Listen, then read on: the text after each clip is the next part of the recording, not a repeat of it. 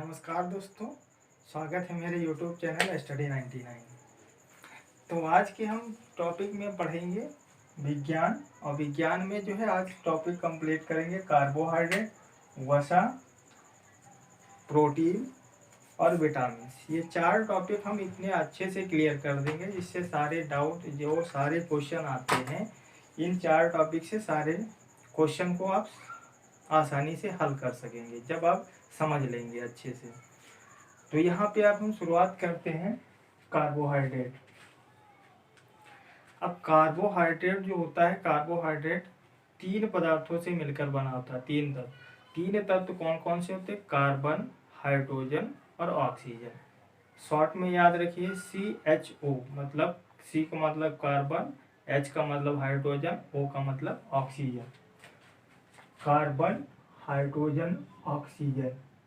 और ये कार्बोहाइड्रेट जो होते हैं वो तीन प्रकार के होते हैं। तो तीन प्रकार के कौन कौन से होते हैं? एक तो मोनोसैकराइड। मोनोसैकराइड में क्या होता है? एक ही अणु होता है मोनोसैकराइड में। तो मोनोसैकराइड में जैसे ये स्वाद में कैसे होते हैं? मीठे होते हैं। जैसे यहाँ पर एग्जाम्पल दिया है ग्लूकोज। ग्लूकोज जो होता है पके हुए अंगूरों में होता है। फ्रक्टोज, जो ज़्यादा मीठे फल होते हैं उनमें क्या होता है? फ्रक्टोज होता है। जैसे शहद हुआ। ग्लूकोज जो होता है थोड़ा कम मीठा होता है, लेकिन फ्रक्टोज जो होता है इससे थोड़ा अधिक मीठा होता है। फिर देखिए डाइसैकराइड। डाइसैकराइड जो होते हैं इनमें जो है कार्बोहाइड्रेट के दो अणु होते हैं। जैसे सुक्रोज एग्जाम्पल इसका है। तो सुक्रोज किस में डिसोसिएट होता है, टूटता है? सुक्रोज ग्लूकोज में और फ्रक्टोज में टूटता है। तो यहाँ पर डाइसैकराइड में जो है ये भी क्या होते हैं? स्वाद में मीठे होते हैं, लेकिन जल में ये क्या होते हैं? घुलनशील होते हैं। जिसका एग्जाम्पल देखिए सुक्रोज दिया गया है। सुक्रोज कैसा है? ये डाइसैकराइड है। तो यहाँ पर स्टार्च, सेलुलोज, ये इसके एग्जाम्पल नहीं। माल्टोज, लैक्टोज, ये इसके एग्जाम्पल हैं सुक्रोज के। माल्टोज, लैक्टोज, सुक्रोज, ये किसके हैं? डाइसैकराइड के। अब देखिए यहाँ पे पॉलीसैकराइड। पॉलीसैकराइड जो होते हैं जल में क्या होते हैं? अघुलनशील होते हैं।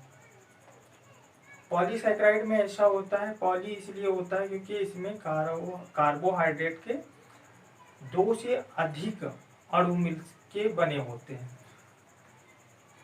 जैसे यहाँ पर ग्लाइकोजन है, स्टार्च है, सेलुलोज है।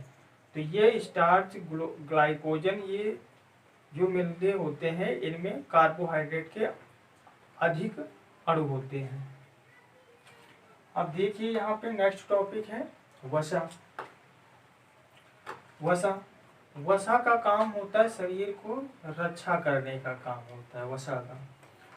जिसका और एक काम होता है शरीर के ताप को कंट्रोल करने का काम वसा का रहता है। अगर वसा पर्याप्त मात्रा में है तो टेम्परेचर को कंट्रोल रखने का काम वसा का करता है। जिससे मानव शरीर का टेम्परेचर कितना होता है? 98.5 फ़ारेनहाइट। तो 98.5 फ़ारेनहाइट है टेम्परेचर, वो वसा के द्वारा ही नियंत्रण रखा जाता है। वसा होता है जो जल में अघुलनशील होता है। वसा होता है जल में अघुलनशील होता है। और वसा भी किया है कार्बन, हाइड्रोजन और ऑक्सीजन से मिलकर ही बने होते हैं। फिर नेक्स्ट देखिए थर्ड प्रोटीन।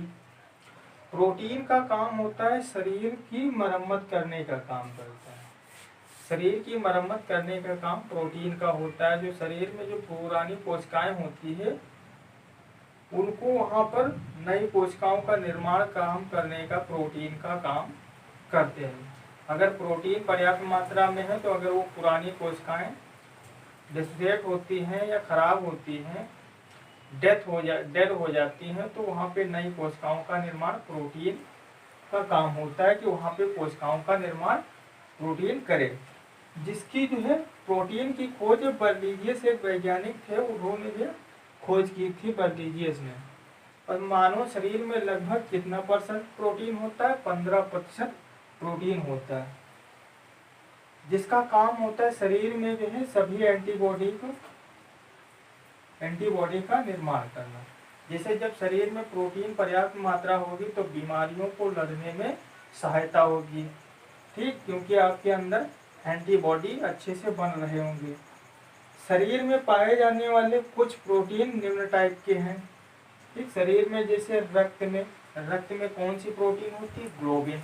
और इसके पहले अगर हीमो लगा देते हैं, हीमो क्या होता है? पिगमेंट, ठीक। तो हीमो क्या होता है? पिगमेंट। हीमो पिगमेंट जो होता है शरीर को लाल रंग प्रदान करने का काम किसका होता है? हीमो का। और ग्लोबिन क्या होती है? प्रोटीन होती है।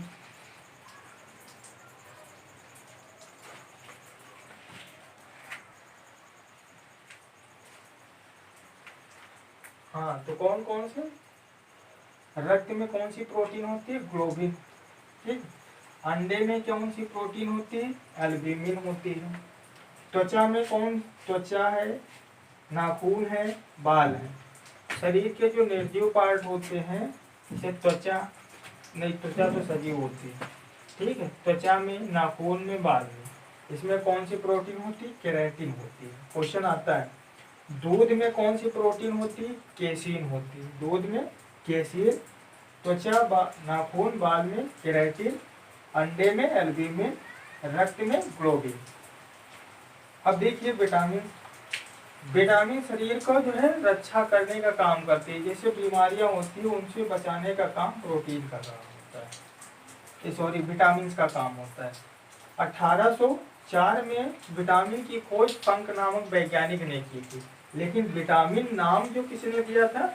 ल्यूमिन ने दिया था, ठीक है।